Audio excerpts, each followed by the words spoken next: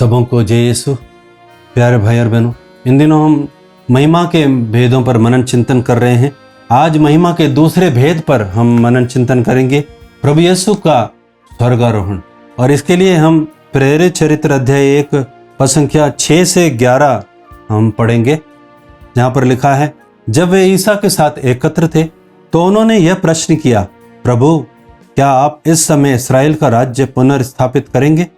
ईसा ने उत्तर दिया, पिता ने जो काल और मुहूर्त अपने निजी अधिकार से निश्चित किए हैं, तुम लोगों को उन्हें जानने का अधिकार नहीं है, किंतु पवित्र आत्मा तुम लोगों पर उतरेगा और तुम्हें सामर्थ्य प्रदान करेगा और तुम लोग यरूशलेम, सारी यहूदिया और समारिया में और पृथ्वी के अंतिम छोर तक मेरे साक्षी होंगे।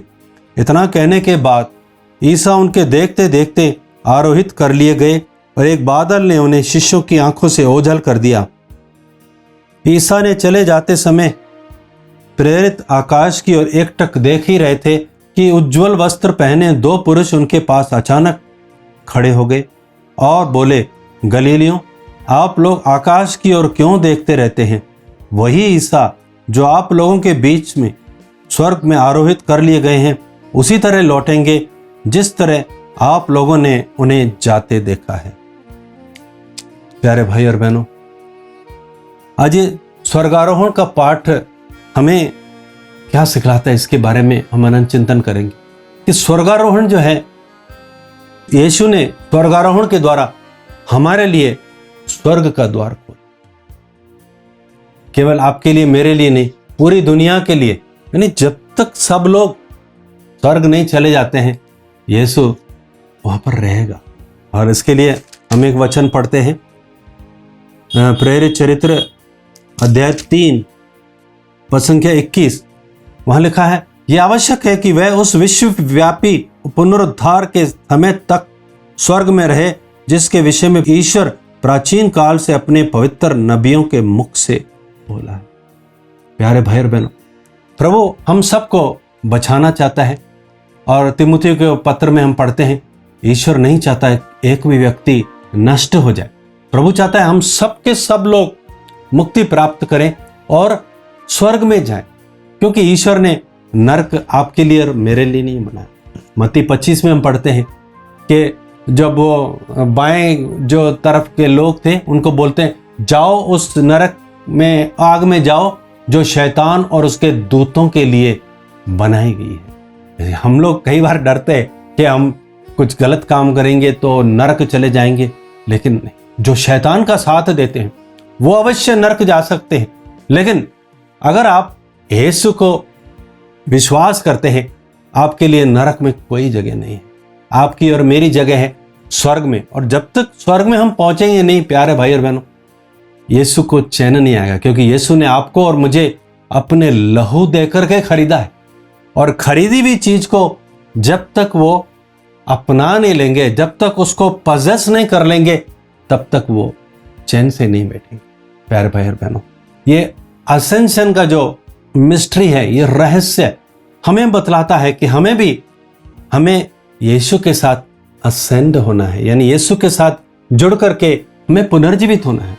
हम बपतिस्मा में क्या हम अनुभव करते हैं? हम बपतिस्मा में यीशु के साथ क्रूस पर चढ़ाए गए, यीशु के साथ मर गए, यीशु के साथ दफन हो गए और यीशु के साथ पुनर्जीवित। इस तरह से हमने एक नई जिंदगी प्राप्त की। लेकिन पुनरुत्थान के बाद में यीशु स्वर्गारोहण हुआ, स्वर्ग में गए, ताकि हम यीशु के साथ स्वर्गारोहण में भी जुड़कर यीशु के साथ हम स्वर्ग में बैठना है। और वास्तव में हम विश्वासी होने के साथ ही स्वर्ग में बैठ चुके हैं। इफिसियों 2 में हम पढ़ते हैं, इफिसियों 2:6 में संत पौलुस इस चीज को बतलाते हैं। उसने ईसा मसीह के द्वारा हम लोगों को पुनर्जीवित किया और स्वर्ग में बिठाया। We are already the citizens of heaven. Citizens of heaven, हम वास्तव में स्वर्ग के ही हम नागरिक हैं। इस संत पौलुस बार बार इस चीज को बताते हैं कि आप लोग इस दुनिया में एक प्रवासी हैं। We are all pilgrims on this earth, तीर्थयात्री के रूप में, लेकिन हमारा स्वदेश तो स्वर्ग में है और हम वास्तव में वहीं पर रहते हैं, क्योंकि हम ईश्वर के साथ निवास करते हैं। जहां ईश्वर है वहां पर स्वर्ग है, वहां पर स्वर्ग है। स्वर्ग की जो है ना, वास्तव में देखा जाए तो वास्तव में स्वर्ग जो है वो एक स्टेज है, वो एक स्थिति है कि हम ईश्वर के साथ रहेंगे। ईश्वर के साथ रहना मतलब स्वर्ग में रहना। तो प्यारे भाई बहनों, हम सब लोग इस दुनिया के नहीं हैं, इस दुनिया के नहीं है, हम लोग स्वर्ग के नागरिक हैं।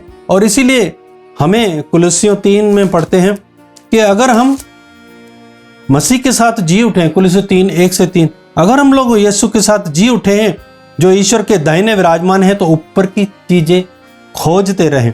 आप पृथ्वी पर की नहीं बल्कि ऊपर की चीजों की चिंता करें। आप तो मर चुके हैं और आपका जीवन मसीह के साथ ईश्वर में छिपा हुआ है। मसीह ही आपका जीवन है। जब मसीह प्रकट होंगे तब आप भी उनके साथ महिमान्वित होकर प्रकट हो जाएंगे। प्यारे भाई बहन, हम जो बिलीवर्स हैं, we are all citizens of heaven. मैंने आपको बताया कि हमें इस दुनिया में एक ऐसा जीवन जीना है कि मानो हम धरती के नहीं हैं, मानो हम धरती के नहीं हैं, हम धरती से थोड़ा उठ करके जीना है। यानी ऐसे जीना है कि हम भी यीशु के साथ स्वर्ग में उठाए जा चुके हैं। तो धरती का जो अटैचमेंट है, दैट शुड बी डिटैच्ड। वो जो अटैचमेंट है, जो मोह है धरती का, क्योंकि धरती आपको पता है शारीरिक रूप से सभी लोगों को खींचती है, प्रकट रूप से सबको अपनी तरफ खींचती है। आध्यात्मिक रूप से भी हम सबको स्वर्ग में जाने नहीं देती, हम सबको अधोलोक की तरफ खींचती है। अधोलोक जो धरती के अंदर है उसकी तरफ वो खींचती है, ताकि हम धरती पे चिपके रहें और धरती के अनुसार चले, शरीर के अनुसार जीवन जिए और अंततः इस धरती के ही अंदर अधोलोक में समा जाए। इस अट्रैक्शन से अगर मुक्त होना है तो हमें पुनरुत्थान की शक्ति के द्वारा अस्यूम होना है, यीशु के साथ पुनर्जीवित होते हुए असेंड होना है, यानी यीशु के साथ स्वर्ग की ओर उठाए जाना है। तब हम, जब हमारा जो नजर ऊपर रहेगी, तब हम सोचेंगे हमारा जीवन यहाँ नहीं है, यहाँ सब हम लोग पिलग्रिम्स हैं। अगर आप इब्रानियों 11 में जो विश्वासियों के बारे में हम पढ़ते हैं, वो बहुत ही सुंदर है। 11 में जो विश्वासियों का जो जीवन है वो क्या है, वो पूरा चैप्टर पढ़ेंगे, उसमें आपको बहुत सारे उदाहरण लिखेंगे। और वहां पर लिखा है कि वो लोग जो है, इधर जो भी मुसीबत थी, दुख तकलीफ थे, उससे वो यंत्रणा नहीं पाना चाहते। वो एक श्रेष्ठतर पुनरुत्थान की तरफ उनकी आशा थी। उनको मालूम था यहाँ का जो जीवन है वो सब टेम्पररी है और उनको एक स्थायी नगर में जाना है, जिसके बारे में यीशु ने स्वयं बोला। योहन 14 में हम पढ़ते हैं, यीशु ने बोला, मैं तुम्हारे लिए एक स्थान का प्रबंध करने के लिए जाता हूं। प्यारे भाई बहनों, ये यहाँ पर जितने भी हमारे जो जगह हैं जहां पर हम रहते हैं, ये सब टेम्पोरल थिंग्स है। वी ऑल्सो एंजॉय, हम दुनिया की चीजों में, और यहाँ पे भी बहुत बड़े बड़े घर, बड़ी बड़ी बिल्डिंगें बना करके हम यहाँ रहना चाहते हैं, मानो हमेशा हमें यहाँ रहना है। प्यारे भाई और बहनों, आज हमें प्रभु का वचन बतला रहा है, हमें सांसारिक जीवन नहीं जीना है, संसार में रहते हुए भी संसार का नहीं होना है। इसलिए 1 यूहन्ना 1:15 में प्रभु का वचन कहता है कि तुम न तो संसार को प्यार करो न संसार की वस्तुओं को। जो संसार का प्यार करता है उसमें पिता का प्रेम नहीं। प्यारे भाई बहनों, कई बार हमारे विश्वासी जीवन में हमें प्यार का अभाव होता है। क्यों अभाव होता है? क्योंकि हम संसार में ज्यादा जुड़े। यीशु ने अपने आत्मा के लिए भी बोला कि वो, मैं जो पवित्र आत्मा तुमको भेजूंगा उसे तुम ग्रहण करोगे, लेकिन संसार उसको ग्रहण नहीं कर सकता, लेकिन तुम उसको जानते हो क्योंकि वो तुम्हारे भीतर में निवास कर। इसी पवित्र आत्मा के द्वारा पिता का प्यार हमारे अंदर उंडेला जाता है। इसीलिए इस वचन में लिखा है कि जो संसार को प्यार करता है उसमें पिता का प्यार नहीं है। कई बार अनफॉर्चुनेटली हम यीशु के पर विश्वास के आने के बाद भी कभी संसार की ओर आकृष्ट हो जाते हैं, तो हमारी जो दशा है अविश्वासियों से भी ज्यादा बुरी होती है।